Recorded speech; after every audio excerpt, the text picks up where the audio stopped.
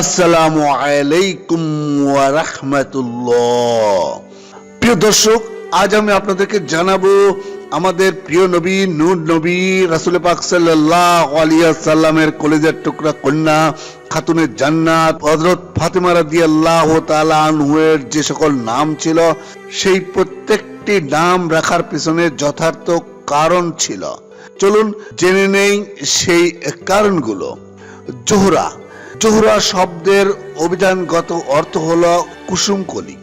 প্রকৃতপক্ষে নবী নন্দিনী হযরত ফাতেমা রাদিয়াল্লাহু তাআলা আনহু একটি অনুপম সুন্দর সুরভিত কুসুমকলি, কেননা তিনি রূপে গুণে চরিত্রে ফুলের মতোই সুষমা মণ্ডিত ছিলেন, যার কারণে তার এই পবিত্র নামটি ছিল সবচেয়ে প্রিয় এবং আদরের নাম।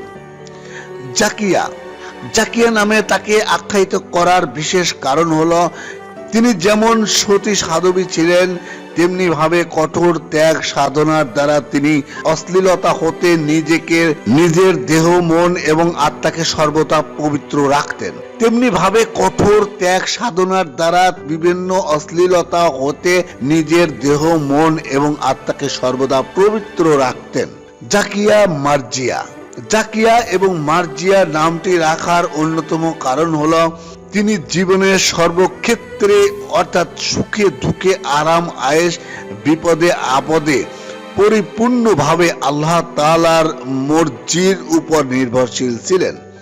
এছাড়া তিনি অধিক সুখ শান্তির মধ্যে থেকেও আনন্দে আত্মহারা হতেন না, আবার অধিক দুঃখ কষ্টের মধ্যে থেকেও হতাশার মধ্যে দিন কাটাইতেন না, বরং সুখে দুঃখে সর্বক্ষেত্রেই আল্লাহ তাআলার অনুগ্রহ কামনা করতেন।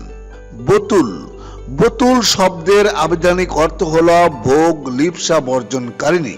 বতুল নাম রাখার বিশেষত্ব হলো তিনি পার্থিব ভোগ লিপ্সা, আরাম আয়েশ সবকিছু একেবারেই বর্জন করেছিলেন। সাইয়েদা সাইয়েদা শব্দের শাব্দিক অর্থ হলো শ্রেষ্ঠ এবং সর্দার। তিনি সাইয়েদা নামে ভূষিত হওয়ার কারণ হলো তিনি গুণান্বিত হয়ে শ্রেষ্ঠত্বের অধিকারিণী হবে, তেমনি ভাবে পরকালে বেহেশতের হবেন রমণীদের সর্দার বা সম্রাজ্ঞা।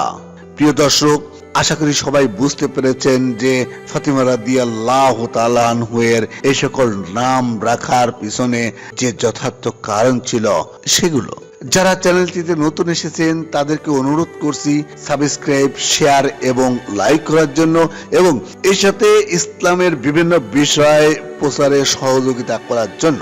সবাই ভালো থাকবেন। আল্লাহ হাফেজ।